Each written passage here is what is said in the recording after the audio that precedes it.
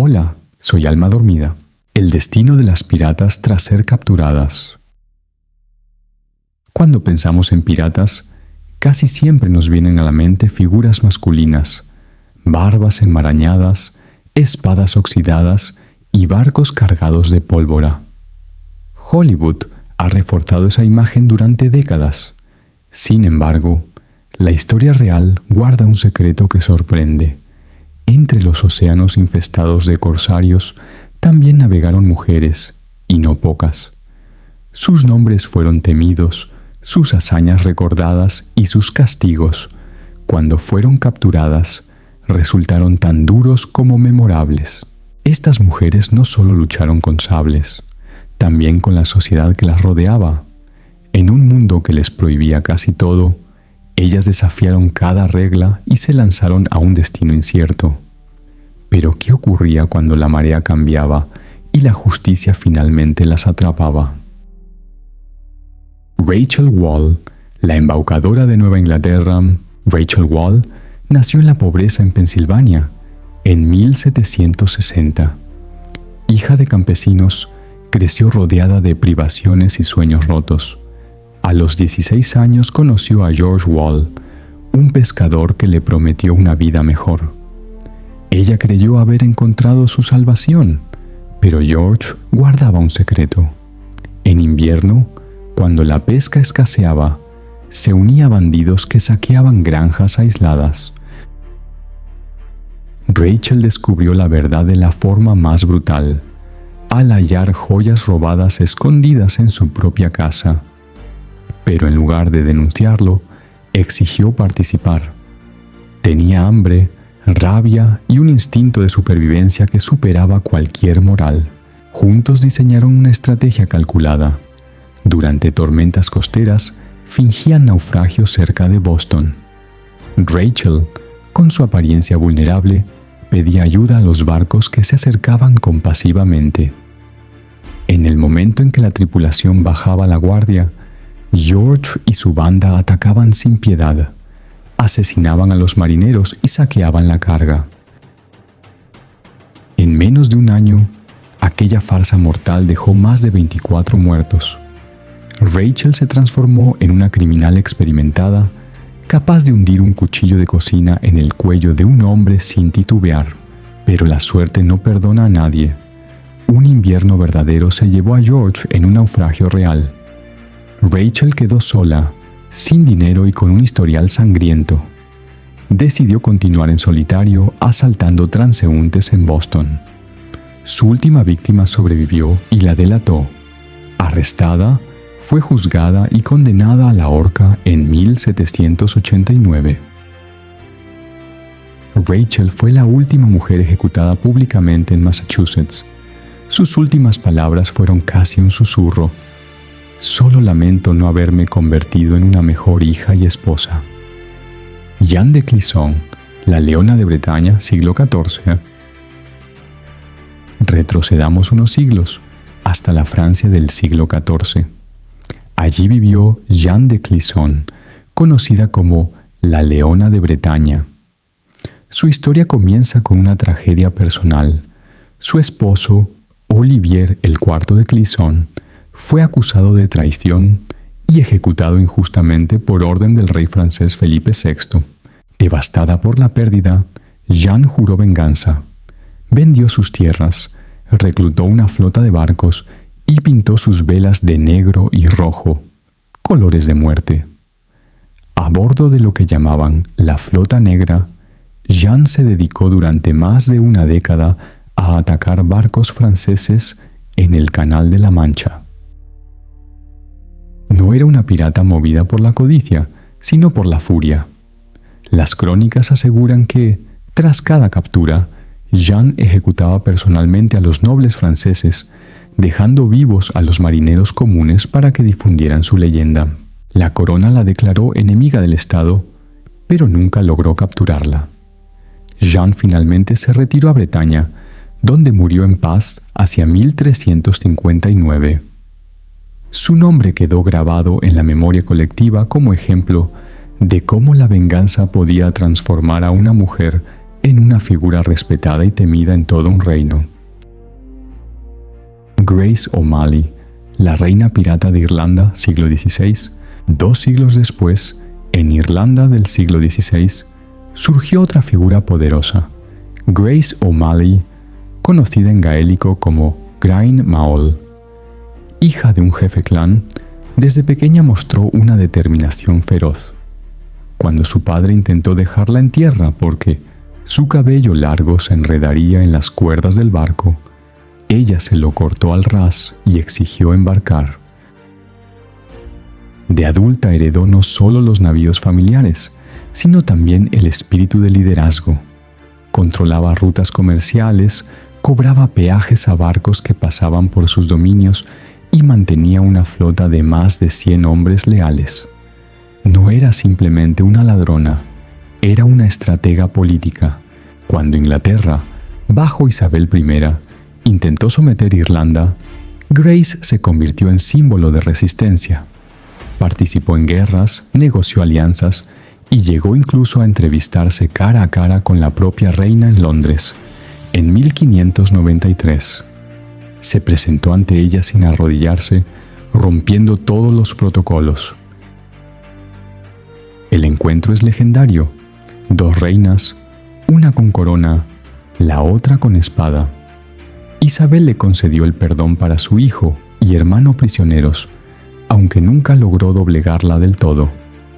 Grace murió anciana, alrededor de 1603, convertida en mito nacional irlandés. Su historia demuestra que la piratería femenina no siempre fue solo supervivencia desesperada. También pudo ser un camino hacia el poder político y la libertad frente a imperios. Sayida al-Hurra, la reina pirata del Mediterráneo, siglo XVI, contemporánea de Grace O'Malley, en el norte de África surgió otra figura imponente, Sayida al-Hurra. Nacida en 1485 en el Reino de Granada, fue testigo de la caída del último bastión musulmán en la península ibérica. Su familia huyó a Marruecos, donde Sayida creció con un ardiente deseo de recuperar la dignidad perdida. Se casó con el sultán de Tetuán y tras enviudar, asumió el control político de la ciudad, pero no se conformó con gobernar en tierra. Se alió con el famoso corsario otomano Barbarroja y comenzó a liderar flotas piratas en el Mediterráneo. Su objetivo no era solo el saqueo, sino golpear a los reinos cristianos que habían expulsado a su pueblo de España. Durante años, Sayida al-Hurra controló rutas comerciales cruciales, cobrando rescates y acumulando riquezas. En 1542, incluso contrajo matrimonio con el sultán de Marruecos, Ahmed al-Watashi, convirtiéndose en la única mujer en la historia en ostentar el título de reina en esa dinastía.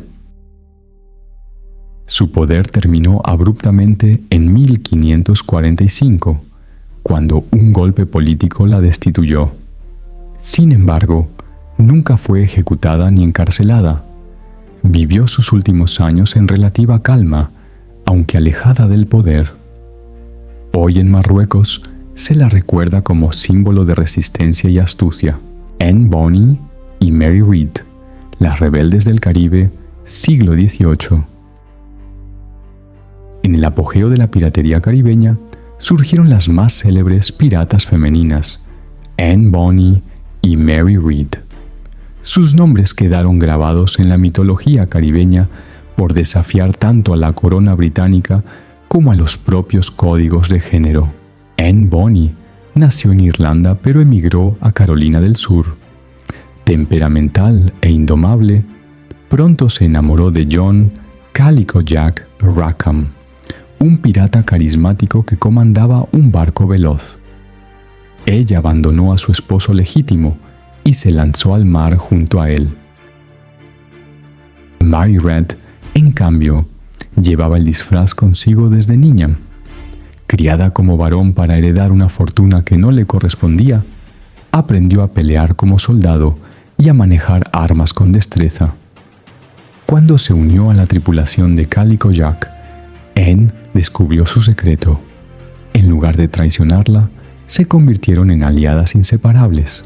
La visión de dos mujeres luchando hombro a hombro con los hombres dejó atónitos a marineros y enemigos. Crónicas aseguran que en los abordajes, Anne y Mary eran las más feroces, con gritos intimidantes y espadas implacables.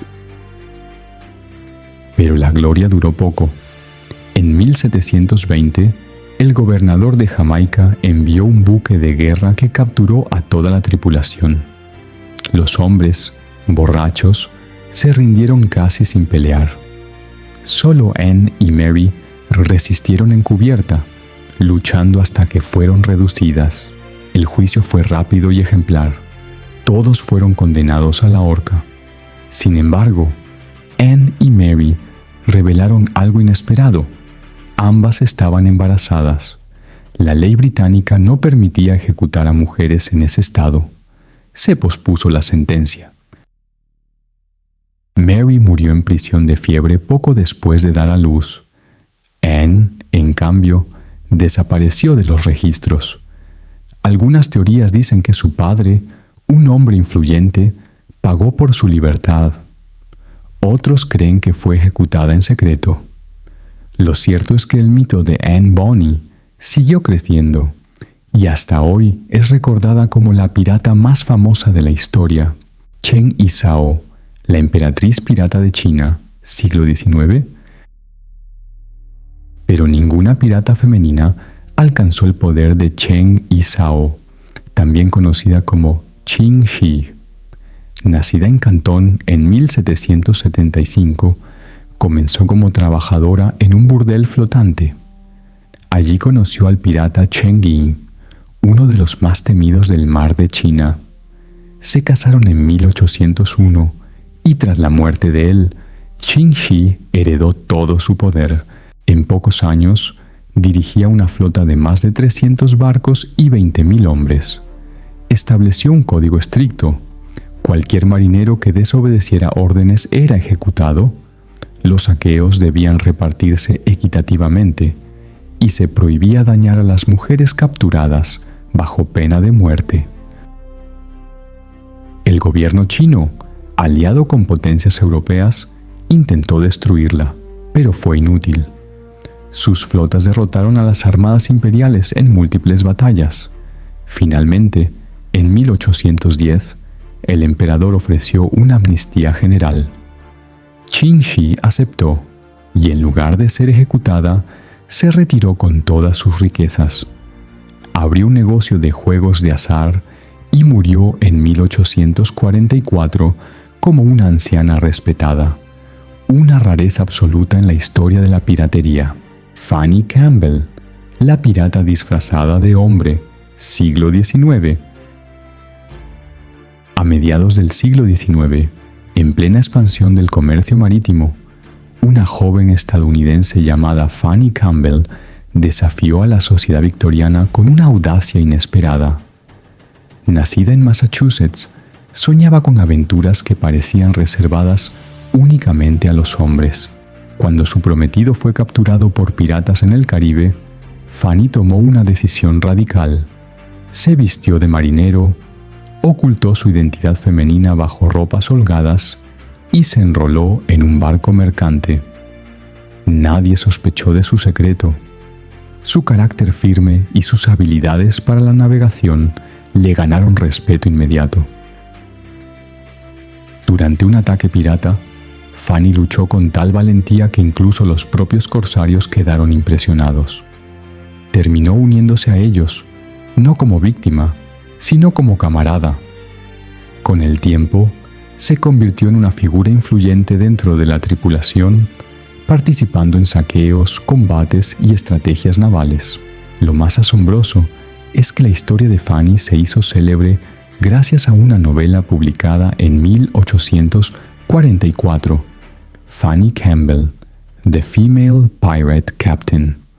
Aunque adornada con ficción, la obra estaba inspirada en episodios reales y encendió la imaginación de miles de mujeres en Estados Unidos y Europa. Ingela Gazenhielm, la corsaria sueca, siglo XVIII, En la fría Escandinavia también hubo espacio para la piratería femenina. Ingela Gadenhielm, nacida en 1692, se convirtió en la más famosa corsaria sueca durante la Gran Guerra del Norte. Casada con el corsario Lars Gadenhielm, participaba activamente en sus operaciones contra barcos enemigos de Dinamarca y Rusia. Cuando Lars murió en 1718, Ingela tomó el mando de la flota familiar. Bajo patente de corso otorgada por el rey de Suecia, atacó embarcaciones enemigas y protegió rutas comerciales. A diferencia de otras piratas, Ingela no fue perseguida por la justicia. Al contrario, fue respetada como patriota. Se hizo rica con sus campañas y, tras la guerra, se retiró a la vida privada administrando negocios y tierras. Murió en 1729, dejando la imagen de una mujer que convirtió la guerra en fortuna y fama sin pagar el precio de la horca. Jacot de la Haye y Anne Dieu-le-Veut, piratas del Caribe legendario. Entre las figuras más fascinantes del Caribe del siglo XVII se encuentran Jacot de la Haye y Anne Dieu-le-Veut. Jacot, mestiza de origen francés y haitiano, era conocida por su cabello rojo intenso. Tras perder a su familia en una revuelta, se lanzó al mar en busca de venganza y fortuna. En un momento dado, fingió su propia muerte para escapar de sus perseguidores, lo que le valió el apodo de la Resucitada. Anne Dieu-le-Veut, nacida en Francia hacia 1660, conoció a su esposo, el pirata Laurens de Graaf, al retarlo a un duelo. Impresionado por su coraje, Laurens terminó casándose con ella. Juntos formaron una pareja temida en todo el Caribe, con Anne participando activamente en los ataques. Charlotte de Berry, entre mito y realidad. Entre las historias más discutidas está la de Charlotte de Berry, supuestamente nacida en Inglaterra en el siglo XVII. Según las narraciones, se disfrazó de hombre para seguir a su amante al mar, pero tras ser descubierta, terminó liderando un motín y asumiendo el mando de un barco pirata. Las historias cuentan que enfrentó motines, combates sangrientos e incluso llegó a practicar el canibalismo para sobrevivir junto a su tripulación en alta mar. Finalmente, habría sido capturada por corsarios españoles y decapitada. Sin embargo, los historiadores modernos sospechan que gran parte de esta historia fue inventada en el siglo XIX como parte de novelas de folletín. Aunque quizá Charlotte nunca existió, su leyenda alimentó la fascinación popular por las mujeres piratas. La construcción del mito y la realidad. Con el paso del tiempo, la piratería dejó de ser un problema real para convertirse en un terreno fértil para la literatura y la imaginación popular. Escritores del siglo XIX empezaron a recrear a las mujeres piratas como heroínas románticas, llenas de pasión y libertad. La realidad, sin embargo, era mucho más dura que el mito. Las mujeres piratas vivían en un mundo de violencia constante. Debían luchar por ser aceptadas en tripulaciones dominadas por hombres, y casi siempre debían disfrazarse o adoptar actitudes feroces para evitar abusos. Aún así, para muchas de ellas, la piratería ofrecía algo que en tierra firme era imposible: libertad. En los barcos no importaba tanto el linaje o la riqueza inicial, sino el valor en combate y la lealtad. El legado contemporáneo. Hoy, cuando pensamos en piratas, solemos imaginar barbudos con patas de palo y loros al hombro. Pero la memoria de las mujeres piratas sigue creciendo, recuperada por historiadores, escritoras y activistas. En Irlanda, Grace O'Malley es celebrada como símbolo nacionalista. En China, Qin Shi es recordada como la mujer que humilló al imperio. En el Caribe, Anne Bonny y Mary Red se han convertido en iconos de la resistencia femenina. Sus historias han transformado no solo la literatura y el cine, sino también nuestra comprensión del papel de la mujer en la historia marítima. Museos como el National Maritime Museum dedican exposiciones completas a estas figuras. Universidades ofrecen cursos sobre mujeres en la historia naval, y sus nombres inspiran a nuevas generaciones de navegantes y empresarias. El legado va más allá del romanticismo. Estas mujeres demostraron que el liderazgo, la estrategia militar y el éxito comercial no conocen fronteras de género. Desde los océanos del Caribe hasta las aguas del Mar de China, el grito de estas mujeres resonó contra las olas, un grito de rebeldía, de coraje y de libertad que sigue inspirando en pleno siglo XXI.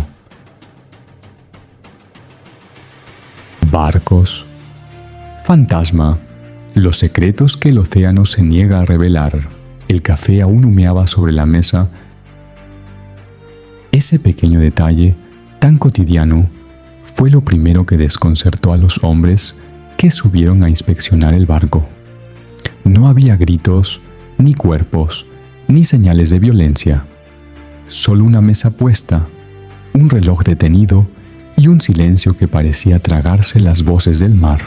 Era diciembre de 1872 en el Atlántico. El velero mercante Mary Celeste había partido desde Nueva York rumbo a Génova con un cargamento de alcohol industrial. A bordo viajaban el capitán Benjamin Briggs, su esposa Sarah, su pequeña hija Sofía y 7 marineros experimentados. Era un viaje comercial rutinario. Nada presagiaba que terminaría como una de las historias más enigmáticas de todos los tiempos. El hallazgo, el 4 de diciembre, otro barco, el Dei Gratia, divisó a lo lejos un navío que parecía navegar sin rumbo. Las velas estaban desgarradas, el timón golpeaba al azar contra las olas, pero la nave se mantenía a flote. El capitán Morehouse ordenó acercarse, y lo que encontraron se convirtió en leyenda. El Mary Celeste estaba desierto. No había señales de lucha. La bodega contenía el cargamento intacto. La ropa y los objetos personales permanecían en los camarotes. La única anomalía, faltaban el bote salvavidas y algunos documentos de navegación. Pero incluso así, nada explicaba por qué una tripulación entera abandonaría un barco en tan buen estado, con provisiones suficientes y agua dulce. Y el detalle más perturbador, en la cabina principal, sobre la mesa, había una taza de café todavía fresca, como si alguien la hubiese dejado segundos antes de desaparecer. Las primeras sospechas, los periódicos de la época explotaron el misterio. ¿Había sido un motín? ¿Piratas? ¿O quizás un pacto suicida? Sin embargo, ninguna hipótesis encajaba del todo. Motín. Si los marineros se hubieran rebelado, ¿por qué dejar intacto el cargamento que podía venderse por una fortuna? Piratas. No había rastros de violencia y nada había sido robado. Suicidio colectivo.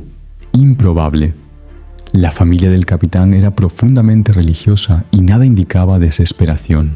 Las teorías más plausibles apuntaban a vapores tóxicos del alcohol derramado, que pudieron haber forzado una evacuación temporal por miedo a una explosión. Pero el bote salvavidas nunca apareció y ningún cuerpo fue hallado en el océano. ¿Y el horror de Laurent Medan? Todos los oficiales, todos muertos, tal vez yo también, Mu. Esas fueron las últimas palabras transmitidas por radio antes de que la señal se cortara abruptamente en 1947. El carguero holandés Orang Medan enviaba un SOS desesperado desde el estrecho de Malaca. 2 barcos estadounidenses se apresuraron a prestar ayuda. Lo que encontraron bordea lo imposible, un barco completamente vacío, pero con todos los cuerpos todavía a bordo. la llegada al horror, el Ourang Medan flotaba silencioso entre la niebla. Al subir, encontraron a los oficiales muertos en posiciones extrañas, con ojos abiertos como si hubieran visto algo imposible, bocas abiertas en gritos mudos y una sonrisa horrible, antinatural, en todos los rostros. Incluso el perro del barco yacía inmóvil, con la misma expresión macabra. No había signos de lucha ni heridas visibles. Todos habían muerto al mismo tiempo, como si una fuerza invisible los hubiera alcanzado simultáneamente. Los marineros intentaron remolcar el barco, pero antes de llegar al puerto, una explosión masiva lo envió al fondo del océano, destruyendo cualquier evidencia. Lo más inquietante, varios testigos afirmaron que el Ourang Medan no aparecía en los registros navales holandeses. Hipótesis. Las teorías van desde armas químicas experimentales hasta gases psicológicos capaces de inducir terror instantáneo. La Segunda Guerra Mundial había terminado recientemente y muchos experimentos militares seguían clasificados. Sin embargo, ninguna explicación justifica la sincronización perfecta de las muertes y la posterior explosión. Y Carroll A. Deering, el bergantín maldito. En enero de 1921, los guardacostas estadounidenses encontraron el bergantín de 5 palos Carroll A. Deering encallado en los Outer Banks de Carolina del Norte. Era una embarcación avanzada para su época, pero lo que hallaron desafió toda lógica. El misterio meticuloso. La tripulación de 11 hombres había desaparecido sin dejar rastro. Los botes salvavidas también habían desaparecido, como si la evacuación hubiera sido planificada. Las cartas de navegación habían sido removidas, los instrumentos náuticos destruidos y los registros del barco arrancados. Sin embargo, la valiosa carga permanecía intacta. El farero de Cape Lookout había visto al barco el 29 de enero, cuando un hombre gritó que habían perdido las anclas. Curiosamente, el hombre no vestía uniforme de oficial, sino ropa común de marinero. 2 días después, el barco apareció encallado y vacío. Contexto histórico. El capitán original había enfermado en Barbados y fue reemplazado por Willis Wormel. Varios testigos reportaron tensiones entre Wormel y el primer oficial. Además, era la época de la prohibición, cuando las redes de contrabando operaban activamente en la costa atlántica. La hipótesis más escalofriante sugiere que piratas modernos secuestraron a la tripulación para actividades ilegales relacionadas con el contrabando de alcohol. Esto explicaría la destrucción selectiva de instrumentos de navegación y la desaparición de los botes salvavidas, pero no el destino final de los 11 tripulantes. Y MV Joyita, la nave medio hundida. En octubre de 1955, el MV Joyita zarpó de Samoa rumbo a las Islas Cook, con 25 personas a bordo. 5 semanas después, fue encontrado a la deriva con solo la mitad del casco visible sobre el agua. Un barco indestructible, el Joyita estaba diseñado para ser prácticamente indestructible, con material flotante en el casco que debía mantenerlo a flote incluso en caso de inundación total.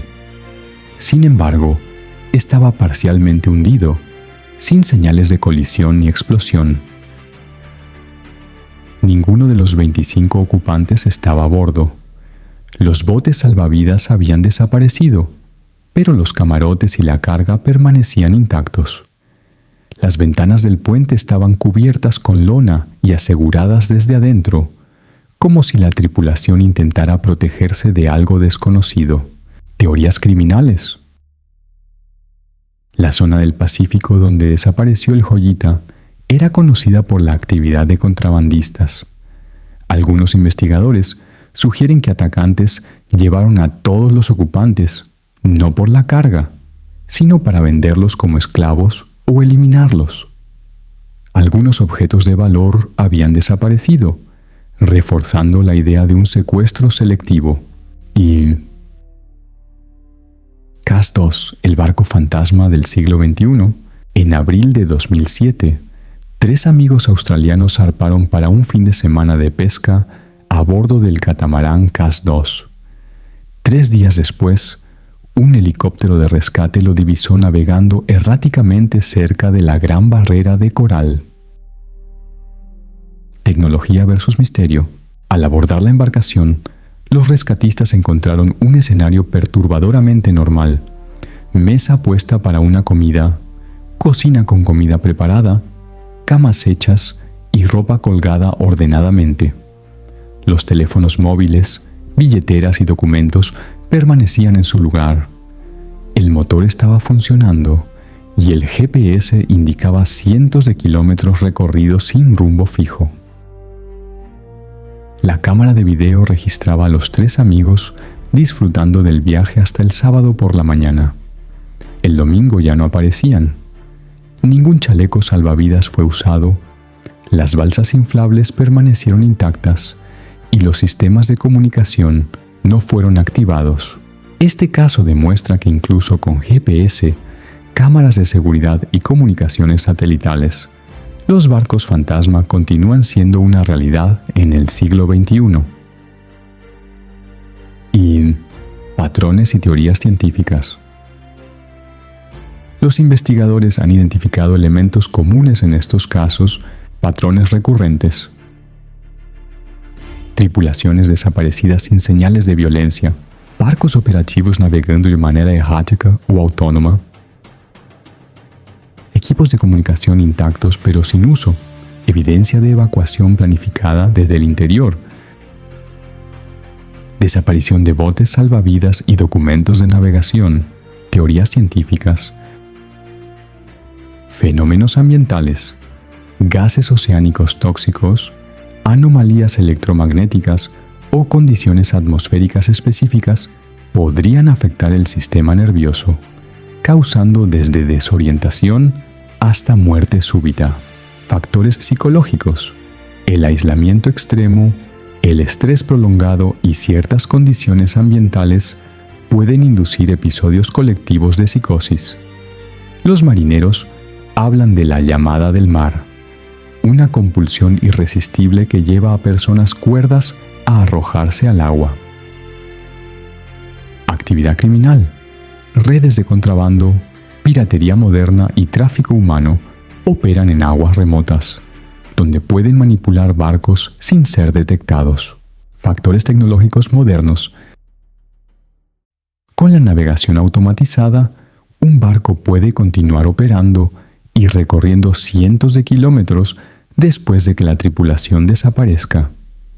Los sistemas GPS y de piloto automático pueden crear patrones de navegación errática que confunden a los rescatistas sobre el momento real de la desaparición. Y la realidad oculta, contrario a la creencia popular, los barcos fantasmas son más comunes de lo que las autoridades admiten. Las bases de datos independientes registran más de 500 casos documentados solo en el último siglo. Las compañías navieras y de seguros prefieren mantener estos incidentes en silencio para no afectar la confianza pública en el transporte marítimo. Zonas de alta incidencia. Ciertos sectores oceánicos presentan mayor concentración de casos. El Triángulo de las Bermudas, Atlántico Norte. El Estrecho de Malaca, Océano Índico. Los Outer Banks de Carolina del Norte. Áreas remotas del Pacífico Sur. Estas zonas comparten características: corrientes oceánicas complejas, actividad magnética irregular y rutas de navegación transitadas por embarcaciones que transportan cargas valiosas o pasajeros. Y conclusión: el océano guarda sus secretos. Los barcos fantasma nos recuerdan que, pese a toda nuestra tecnología, el océano sigue siendo un lugar misterioso y peligroso. Cubre más del 70% del planeta, pero hemos explorado menos del 5% de sus profundidades. Cada caso, desde el café humeante del Mary Celeste hasta los GPS errantes del CAS II, revela que algunos misterios trascienden épocas y tecnologías. Ya sea por factores ambientales, actividad criminal o fenómenos que aún no comprendemos, los barcos continúan navegando vacíos por los océanos del mundo. La línea que entre la seguridad y el misterio es más delgada de lo que pensamos. El océano tiene su propia voluntad y sus propios secretos, y algunas fuerzas superan nuestro entendimiento actual. Los barcos fantasmas siguen navegando, llevando consigo historias que quizá nunca se resuelvan completamente. Son un recordatorio constante de que, en un mundo donde creemos tenerlo todo bajo control, aún existen espacios donde lo inexplicable puede suceder. Y mientras los barcos continúan surcando los océanos, tal vez otro día aparezca una embarcación abandonada, silenciosa, esperando que alguien la encuentre y se pregunte lo mismo que nos preguntamos ahora. ¿Qué fuerza puede hacer desaparecer a las personas sin dejar rastro, convirtiendo la vida cotidiana en un abismo de silencio? Venganza en alta mar. La historia de un capitán traicionado. Imaginen por un momento que son el capitán más respetado de la Marina Española del siglo XVIII. Tienen una fortuna, una reputación impecable y la confianza del rey. Ahora imaginen que en una sola noche todo eso desaparece por la traición de quien más confiaban. ¿Qué harían? ¿Se rendirían o buscarían venganza hasta las últimas consecuencias? Esta es la historia real del capitán Rodrigo Mendoza, un hombre que perdió todo por una traición, pero que convirtió esa pérdida en la venganza más épica que jamás surcó los océanos. Una historia que nos enseña que a veces la justicia no llega por los canales oficiales, sino por las velas desplegadas bajo la luna de medianoche. Todo comenzó en el puerto de Cádiz, en el año 1743. Rodrigo Mendoza era lo que hoy llamaríamos un influencer naval. Sus hazañas eran conocidas en toda Europa.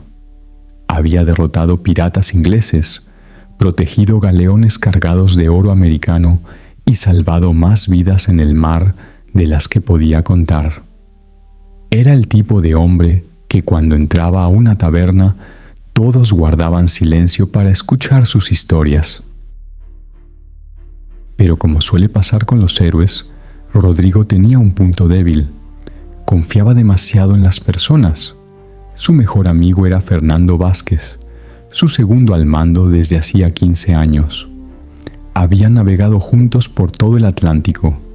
Habían enfrentado tormentas que partían barcos por la mitad y habían compartido botellas de ron en puertos exóticos. Fernando conocía todos los secretos de Rodrigo.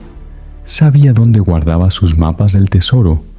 Conocía las rutas comerciales más lucrativas y, lo más importante, sabía exactamente cómo destruir la reputación de su capitán.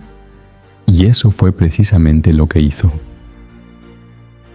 Una noche de marzo, mientras Rodrigo dormía en su camarote, Fernando ejecutó el plan más traicionero de la historia naval española. Falsificó documentos que mostraban a Rodrigo como un contrabandista que había estado vendiendo información a los piratas ingleses. Plantó evidencia falsa en el camarote del capitán y sobornó a 3 marineros para que testificaran en su contra. Cuando Rodrigo despertó, ya no era un héroe, era un traidor buscado por la corona española. En cuestión de horas, pasó de ser el orgullo de la Marina a ser el hombre más buscado del Caribe. Fernando, por supuesto, fue ascendido a capitán y recibió todo el crédito por descubrir la traición de su antiguo jefe. ¿Se imaginan despertar un día y descubrir que su mejor amigo no solo los ha traicionado, sino que ha destruido completamente su vida? Es como si su compañero de trabajo más cercano no solo los despidiera, sino que además los acusara de robar de la empresa, arruinara su reputación y se quedara con su puesto. Pero multiplicado por 100, porque estamos hablando del siglo XVIII, donde ser acusado de traición significaba la muerte, Rodrigo tuvo que huir de España como un fugitivo. Pero aquí es donde la historia se pone interesante, porque nuestro capitán no era el tipo de hombre que se resigna a vivir escondido en una cueva el resto de su vida. Era un estratega brillante y sabía que para limpiar su nombre y obtener venganza necesitaba algo más que palabras. Necesitaba pruebas, dinero y poder. Así que hizo algo que nadie esperaba. Se convirtió en pirata, pero no en cualquier pirata. Se convirtió en el pirata más meticuloso y calculador que jamás había navegado. Rodrigo sabía que para enfrentar a Fernando necesitaba recursos, así que comenzó a atacar sistemáticamente los barcos españoles que transportaban oro desde América. Pero no lo hacía por codicia, sino con un propósito muy específico. Cada ataque estaba diseñado para obtener información sobre Fernando y reunir evidencia de su traición. Durante 3 años, Rodrigo navegó por el Caribe como un fantasma. Su barco, al que había bautizado la Justicia Perdida, se convirtió en la pesadilla de todos los capitanes españoles. Pero tenía reglas muy específicas. Nunca mataba a marineros inocentes. Siempre dejaba suficientes provisiones para que las tripulaciones llegaran a puerto y principalmente interrogaba a cada oficial sobre Fernando Vázquez, ¿no? La tripulación de Rodrigo era una mezcla fascinante de proscritos. Tenía marineros españoles que habían sido injustamente acusados de crímenes, piratas ingleses que respetaban su código de honor y hasta un par de antiguos oficiales de la marina que conocían la verdad sobre su inocencia. Era como un equipo de justicieros del siglo XVIII, cada uno con su propia razón para estar ahí. Lo genial del plan de Rodrigo era su paciencia.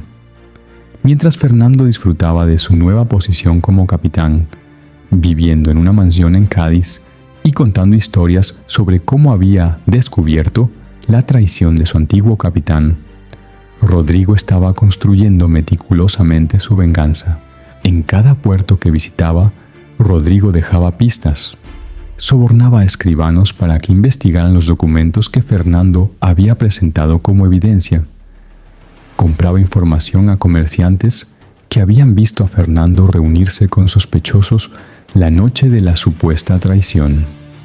Incluso logró contactar con los marineros que Fernando había sobornado, y con una mezcla de amenazas y oro, consiguió que confesaran la verdad.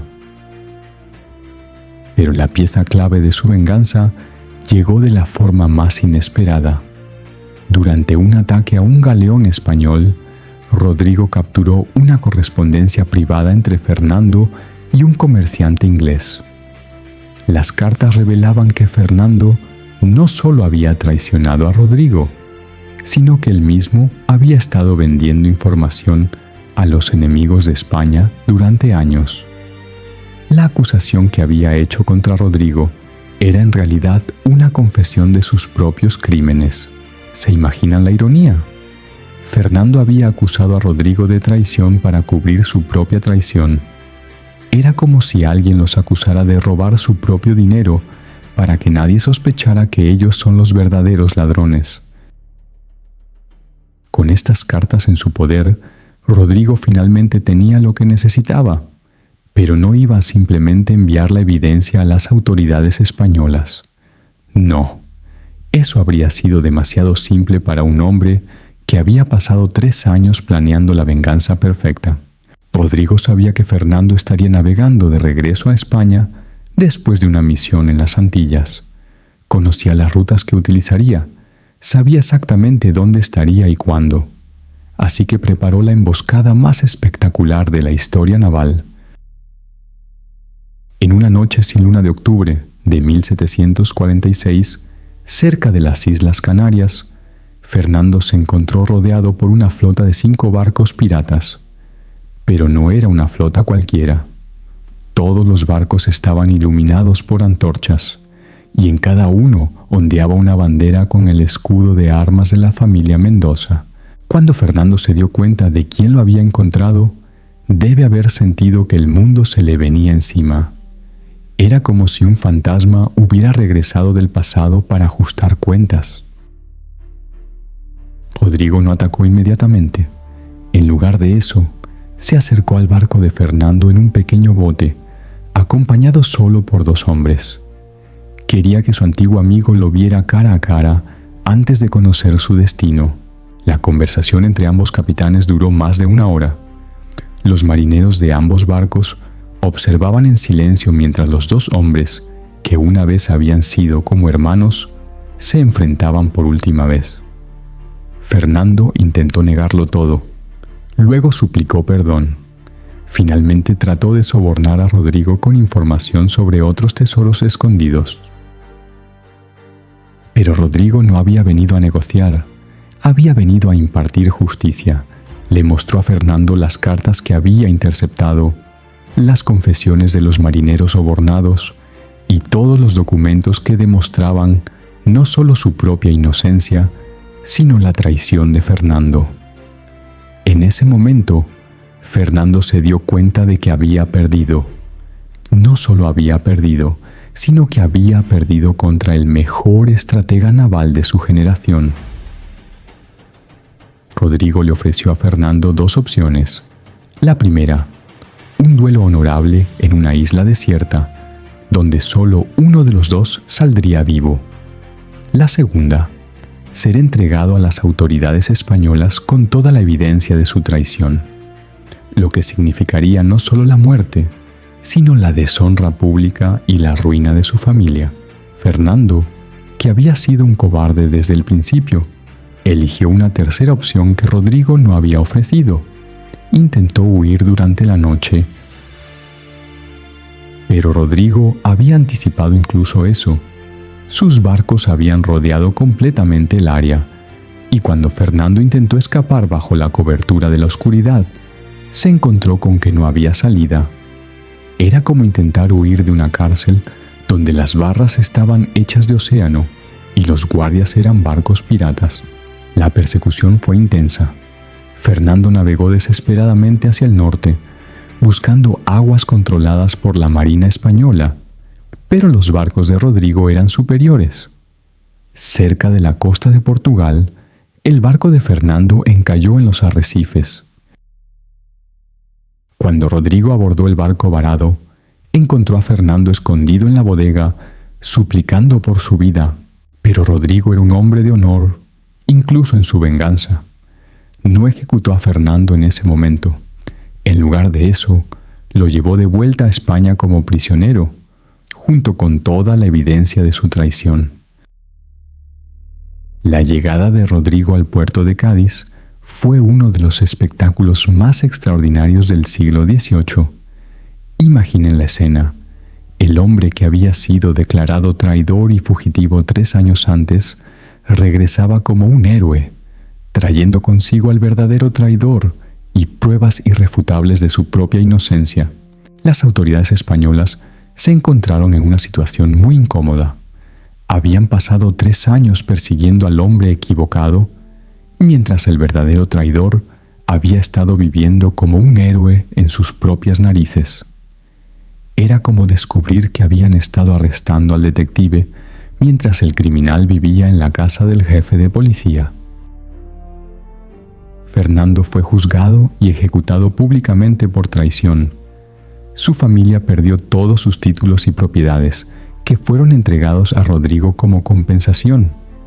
Pero más importante que el dinero o los títulos, Rodrigo había recuperado lo que más valoraba: su honor.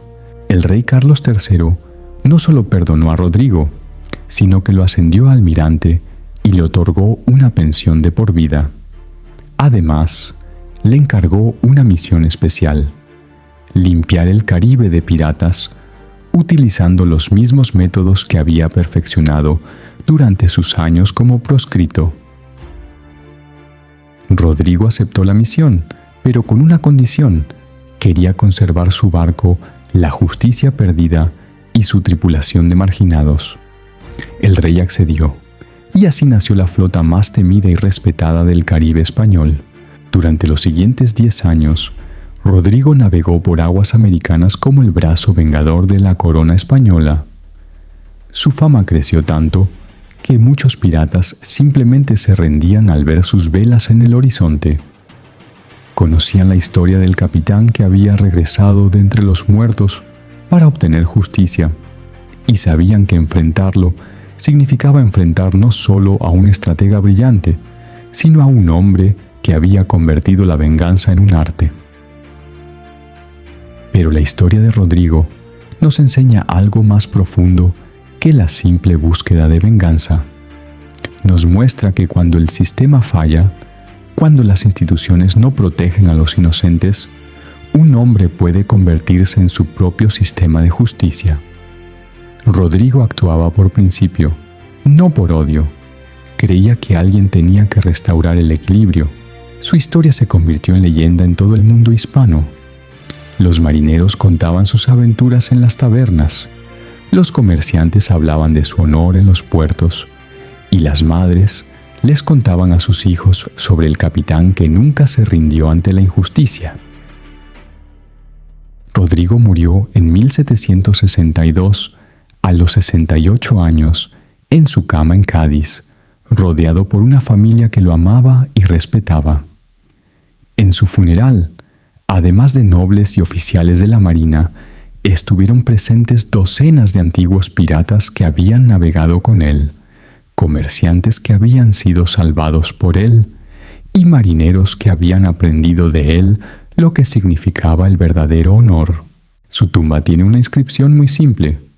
Aquí yace Rodrigo Mendoza, que navegó hacia la justicia cuando la justicia no pudo navegar hacia él. La historia del capitán Mendoza nos recuerda que la paciencia y la determinación pueden vencer incluso a la traición más elaborada. También nos muestra que hay personas dispuestas a sacrificar todo por sus principios.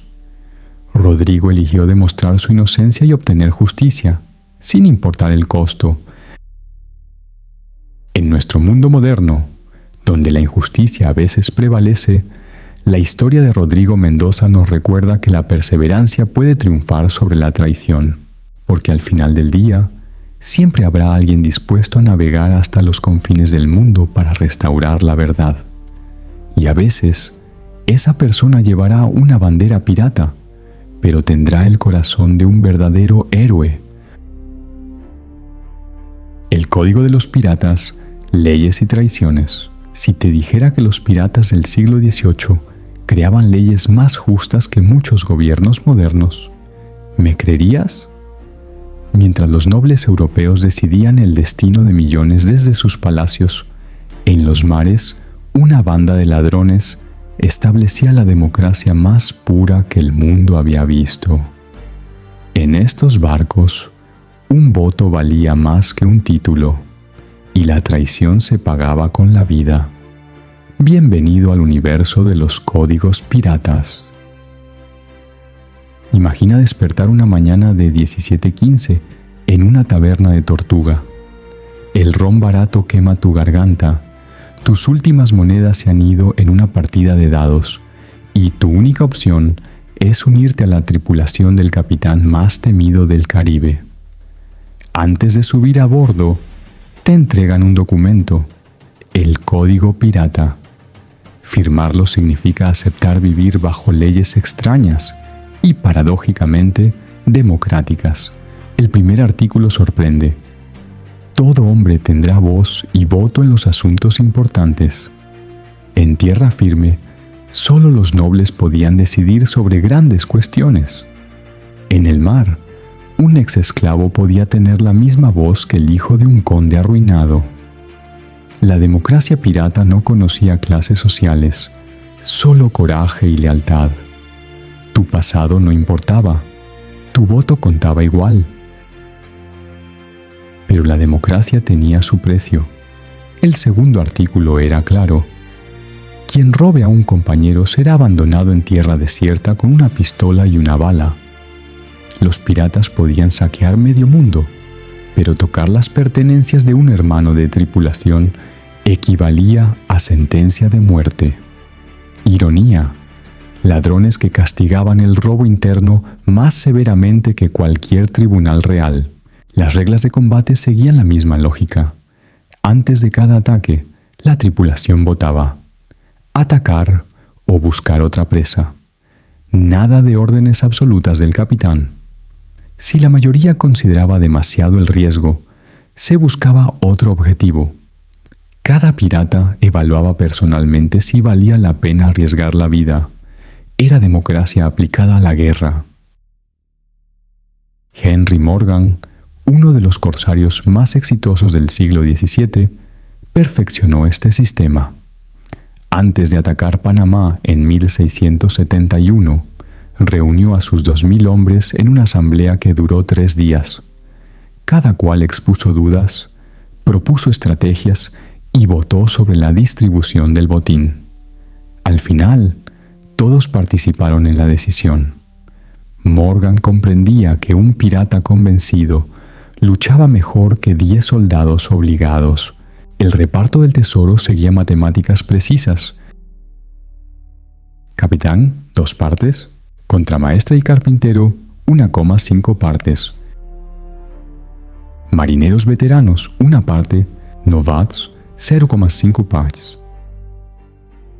Pero había bonos especiales. Quien avistara un barco enemigo recibía 100 piezas de 8 extra. Quien abordara primero, 200 más. La iniciativa y el coraje se premiaban con dinero contante y sonante. Las lesiones también tenían tarifa fija. Pierna derecha 600 piezas, pierna izquierda 500, un ojo 100, un dedo 100. Cada tripulación votaba estas compensaciones antes de zarpar. Era un seguro de vida que muchos trabajadores modernos envidiarían. Bartholomew Roberts, conocido como Black Bart, llevó los códigos al extremo. Su tripulación tenía 11 artículos que regulaban todo, desde horarios de juego hasta el volumen permitido para la música nocturna. El artículo más curioso decía: las luces y velas se apagarán a las 8 de la noche. Roberts entendía que una tripulación descansada era más efectiva. Mientras otros capitanes permitían el caos nocturno, él imponía disciplina votada previamente. La justicia pirata funcionaba con jurados aleatorios, acusación de traición o robo. 6 tripulantes elegidos por sorteo para juzgar. El acusado podía defenderse, presentar testigos e incluso apelar ante toda la tripulación. Este sistema era más justo que muchas cortes europeas, donde un noble podía comprar su libertad y un plebeyo era condenado sin juicio. Edward Teach, Barba Negra, usó estos códigos para mantener la lealtad de una tripulación diversa. Hombres de Inglaterra, Francia, España, África y América convivían bajo un mismo código. Cuando Teach fue derrotado en 1718, ninguno de sus hombres lo traicionó. Habían vivido bajo leyes que respetaban y morirían defendiéndolas. La vida diaria bajo los códigos era sorprendentemente organizada. A las 6 de la mañana, toque de silbato para despertar. Desayuno comunitario. Cada hombre recibía igual ración de galleta dura y agua fresca. A las 7, inspección de armas y velas. Turnos de guardia se sorteaban semanalmente para evitar favoritismos. Nadie podía acumular turnos fáciles mientras otros cargaban con los peligrosos. La rotación obligatoria se aplicaba incluso a los oficiales. Durante tormentas, las reglas se volvían aún más estrictas. Quien abandonara su puesto era castigado con reducción de su parte del botín, mientras quien salvaba a un compañero recibía bonificación extra. El código incentivaba heroísmo y castigaba cobardía de forma económica. La alimentación también estaba regulada. El cocinero no podía dar raciones extras a cambio de favores. Cada comida se repartía en presencia de testigos. Acaparar comida mientras otros pasaban hambre se castigaba igual que el robo. Abandono en isla desierta. Reglas especiales, mujeres y el fin de la Edad Dorada. Jean Lafitte, famoso pirata de Nueva Orleans, añadió artículos únicos sobre el trato a los prisioneros. Nadie podía ser torturado sin votación de la tripulación. Si el cautivo tenía habilidades útiles, navegación, medicina, carpintería, podía unirse a la tripulación con derechos completos. Este sistema transformaba enemigos en aliados y fortalecía la cohesión. Los códigos también regulaban las relaciones románticas a bordo. Traer mujeres sin consentimiento de la tripulación estaba prohibido. Sin embargo, si una mujer decidía unirse voluntariamente, recibía los mismos derechos y obligaciones. Mary Read y Anne Bonny no eran excepciones. Eran ejemplos de un sistema que valoraba competencia más que género. Si quedaban embarazadas, se les otorgaba compensación y desembarco en puerto seguro hasta el parto. Durante los ataques, las reglas de combate eran específicas. Primer objetivo, desactivar el timón. Segundo, tomar el mástil mayor. Tercero, abordar solo tras asegurar superioridad táctica. Quien matara innecesariamente durante el asalto perdía parte del botín. Los piratas preferían enemigos rendidos a héroes muertos. Un barco rendido significaba carga intacta y posibles reclutas. Un barco hundido solo daba gloria que no llenaba cofres. De Bonnet, el caballero pirata, introdujo normas de higiene personal que otras tripulaciones adoptaron. Baño obligatorio cada 2 semanas si había agua dulce, cambio de ropa los domingos y limpieza dental con sal marina diaria. No era vanidad. La falta de higiene provocaba enfermedades que podían diezmar tripulaciones enteras. Bonnet entendía que un pirata limpio sobrevivía más y generaba más ganancias. Los códigos también contemplaban vejez e invalidez. Un pirata que sirviera 10 años o más recibía pensión vitalicia, media parte del botín en cada expedición futura, aunque no participara en combates. Su experiencia como consejero justificaba la compensación. Blackbeard implementó un sistema de señales secretas entre barcos aliados. Banderas de colores transmitían información sobre carga enemiga, número de cañones y disposición a rendirse. Quien compartiera información falsa con aliados era desterrado permanentemente. La estrategia mantenía coordinación y confianza entre flotas confederadas. Durante temporadas de huracanes, las actividades se suspendían y las tripulaciones se establecían en bases terrestres. Se permitía el juego, pero con límites. Nadie apostaba más del 10% de su parte del último botín. Las deudas de juego se saldaban con trabajo extra. Quien perdía dinero fregando cubiertas podía compensar con turnos dobles de vigía. Esto evitaba que las deudas destruyeran la cohesión del grupo. La educación tampoco se descuidaba. Piratas analfabetos recibían lecciones básicas de lectura en largos viajes. Leer mapas y contratos podía significar diferencia entre riqueza y muerte. Las clases eran voluntarias, pero quien aprendía recibía bono de 50 piezas de 8. Henry Avery, el rey de los piratas, estableció un código sofisticado para repartir botín capturado en tierra. Joyas y oro se dividían de inmediato. Mercancías perecederas se vendían en el primer puerto y ganancias se repartían. Armas y municiones se integraban al arsenal común. Los esclavos liberados de barcos capturados podían elegir desembarco seguro con dinero o unirse a la tripulación con derechos completos. Muchos elegían la piratería. Para ellos, era más libertad que en cualquier sociedad legal de la época. La justicia pirata tenía procedimientos claros. Si un tripulante enfrentaba múltiples cargos, cada delito se juzgaba por separado. El acusado podía optar por juicio por combate contra su acusador principal, solo si ambos estaban de acuerdo. Los testigos prestaban juramento sobre objetos valiosos, no Biblias. Mentir costaba el objeto jurado.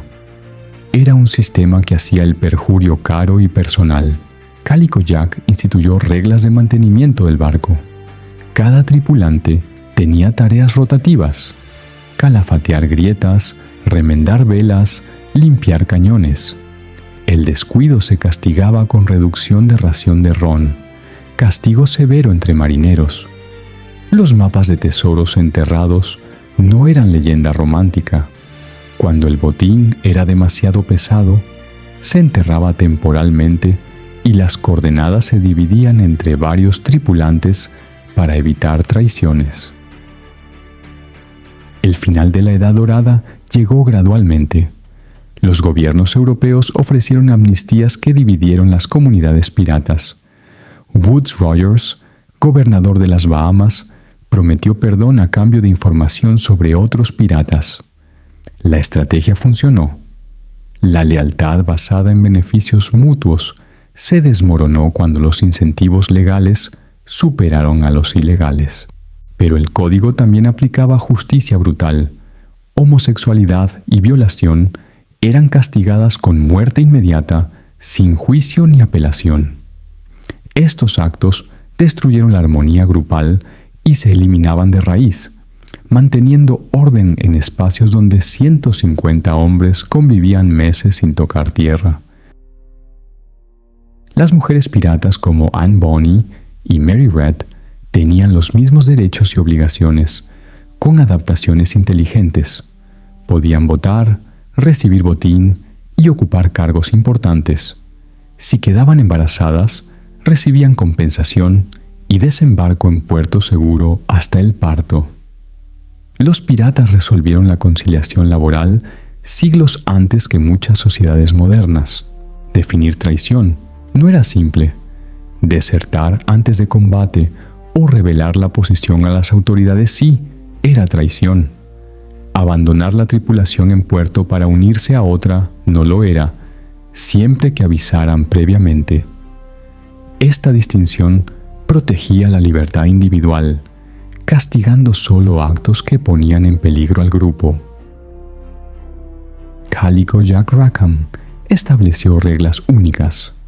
Quien matara a un compañero por error debía pagar su parte del próximo botín a la familia del fallecido. Esto reconocía la realidad caótica del combate naval. Los accidentes tenían consecuencias económicas claras, fomentando cuidado y responsabilidad. Los duelos estaban estrictamente regulados, solo en tierra, con testigos, armas idénticas proporcionadas por la tripulación. El ganador no podía reclamar pertenencias. El duelo resolvía honor, no riqueza, funcionando como válvula de escape sin destruir cohesión grupal. Las enfermedades contagiosas creaban dilemas éticos. El código exigía aislamiento inmediato, pero garantizaba cuidados médicos y pago completo de botín si el enfermo moría. Pragmatismo y lealtad protegían a la tripulación mientras honraban a los enfermos. En una época donde los enfermos eran abandonados, los piratas crearon una especie de seguridad social efectiva. La religión también tenía lugar. Aunque muchos habían abandonado la fe tradicional, se respetaban creencias individuales. Los domingos, quien quisiera dirigía oraciones comunitarias. Objetos religiosos personales eran inviolables, incluso durante repartos de botín. Esta tolerancia contrastaba con guerras sectarias europeas, donde católicos y protestantes se masacraban en nombre de la fe. Los últimos códigos piratas, activos hasta 1730, intentaron adaptarse a la nueva realidad, reducían tripulaciones, establecían bases secretas y redes de información sofisticadas. Pero la era de grandes flotas había terminado. Los códigos que gobernaron a miles de hombres se convirtieron en curiosidades históricas. Hoy, al estudiar estos códigos, vemos principios que las democracias modernas tardaron décadas en adoptar: voto universal, compensación laboral, jurados populares, tolerancia religiosa. Todo existía en barcos piratas antes que en constituciones nacionales. La próxima vez que votes, recuerda, ese derecho fue ejercido primero por hombres considerados criminales, en barcos balanceándose sobre océanos lejanos, bajo banderas negras que simbolizaban muerte y libertad pura. Entre cañones y tormentas, aventuras de piratas olvidados. Hola, soy Alma Dormida, y hoy vamos a descubrir la verdadera vida de los piratas del Caribe, mucho más fascinante de lo que Hollywood nos muestra. Si piensas que los piratas eran solo tipos sucios con parche en el ojo gritando ¡Arr! Zrenia, prepárate. Su mundo era brutal, organizado y sorprendentemente avanzado para su época. El código pirata, ley en alta mar. El código de la hermandad no era opcional. Romperlo podía costarte la vida o dejarte abandonado en una isla desierta. Los piratas tenían reglas claras sobre el reparto del botín, el comportamiento a bordo y la disciplina. Por ejemplo, Henry Morgan estableció compensaciones muy precisas. Una pierna perdida equivalía a 600 piezas de 8, un brazo 500 y un ojo 200. Un sistema de seguro 3 siglos antes de que existieran las aseguradoras modernas. Esto aseguraba que todos los piratas recibieran justicia y motivaba a cuidar su vida y la de sus compañeros. Democracia en alta mar. Mientras Europa vivía bajo monarquías absolutas, los piratas practicaban elecciones libres. Cada tripulación elegía a su capitán mediante voto, y si alguien se volvía tiránico, podía ser destituido. Bartholomew Roberts, conocido como Black Bart, fue elegido tras la muerte de su predecesor. Su programa incluía más botín, menos trabajo innecesario y ron los viernes. Ganó por unanimidad. Las decisiones importantes se tomaban en asamblea, donde cada pirata tenía voz y voto. Este sistema funcionaba porque la vida en el mar dependía de la confianza y la cooperación. Un capitán despótico o inepto podía condenar a todos a la muerte o al hambre. Señores del mar, los capitanes más exitosos controlaban territorios marítimos enteros. Edward Teach, conocido como Barba Negra, dominaba la costa este de América del Norte. Su barco, el Queen Anne's Revenge, tenía 40 cañones y 300 tripulantes. Barba Negra también manejaba redes de sobornos con oficiales navales y gobernadores corruptos, combinando fuerza y diplomacia. Su apariencia era parte de su estrategia. Trenzaba mechas encendidas en la barba antes del combate, creando una imagen aterradora que muchas veces provocaba la rendición sin disparar un solo cañón. Port Royal, paraíso y corrupción. Port Royal, en Jamaica, era la ciudad más rica y corrupta del Caribe. Los piratas llegaban con oro español y gastaban enormes sumas en tabernas, prostíbulos y casas de juego. Un solo barco podía mantener la economía local durante meses. Henry Morgan, tras años de saqueos, se retiró como gobernador respetable de Jamaica. La línea entre pirata y político era difusa. Muchos comerciantes competían con expiratas convertidos en empresarios exitosos. Medicina, terror y legado pirata. Cirugía con ron. Los cirujanos de los barcos piratas eran mitad médicos, mitad carniceros. La anestesia era ron. Los antisépticos, más ron. Las amputaciones se realizaban con sierras de carpintero, mientras el paciente mordía balas de plomo. Sorprendentemente, las tasas de supervivencia en barcos piratas superaban las de muchos hospitales europeos. Los piratas desarrollaron técnicas prácticas para tratar heridas de guerra e infecciones tropicales. Un pirata con pierna de palo podía seguir navegando. En tierra firme, esa herida probablemente te condenaría a la mendicidad. El final de una era. Para 1720, los gobiernos europeos decidieron que los piratas eran más problemáticos que útiles. Las armadas comenzaron patrullajes sistemáticos, ofrecieron amnistías y ejecutaron a quienes no se rendían. La ejecución de Barbanegra en 1718 marcó el principio del fin. Su cabeza fue colgada del bauprés del barco que lo capturó como advertencia. Era marketing del siglo XVIII. Esto les pasa a los que se meten con nosotros. Muchos piratas aceptaron el perdón y se convirtieron en cazadores de otros piratas. Conocían rutas, escondites y tácticas, como contratar hackers para combatir el cibercrimen, pero con espadas y pólvora. Redistribución de riqueza. Los piratas redistribuían riqueza más efectivamente que muchos sistemas modernos. Robaban a comerciantes ricos y gastaban el botín en los puertos caribeños, manteniendo a cientos de familias durante meses. Taberneros, herreros, carpinteros y prostitutas dependían de cada saqueo exitoso. Era un sistema económico basado en el robo, pero con circulación rápida del dinero y beneficios directos para las comunidades locales. Tortuga, República de Forajidos. La isla Tortuga era el cuartel general no oficial de los bucaneros. Sin gobierno central, los piratas se reunían entre expediciones. La ley era la fuerza, duelos al amanecer y deudas pagadas con sangre. Si sabías manejar una espada y no temías a la muerte, tenías lugar en Tortuga. Libertad absoluta, pero con consecuencias mortales. Diplomacia pirata. Cada abordaje era una negociación. Entrega tu carga y vives, resiste y mueres. Calico Jack llegaba a puertos con banderas de tregua, negociaba precios justos para suministros y atacaba solo si fallaban las conversaciones. El miedo calculado era parte de su estrategia. Captain Charles Vane comprendía que el terror valía más que 100 cañones.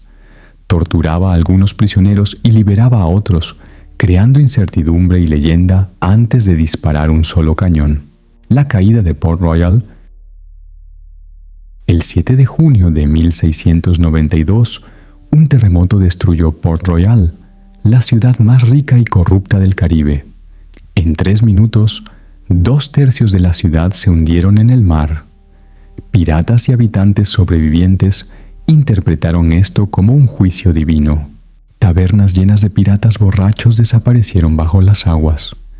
La nueva Port Royal nunca recuperó su antigua gloria, y los piratas buscaron otros puertos y refugios, recordando que incluso el paraíso de los ladrones tenía fecha de caducidad.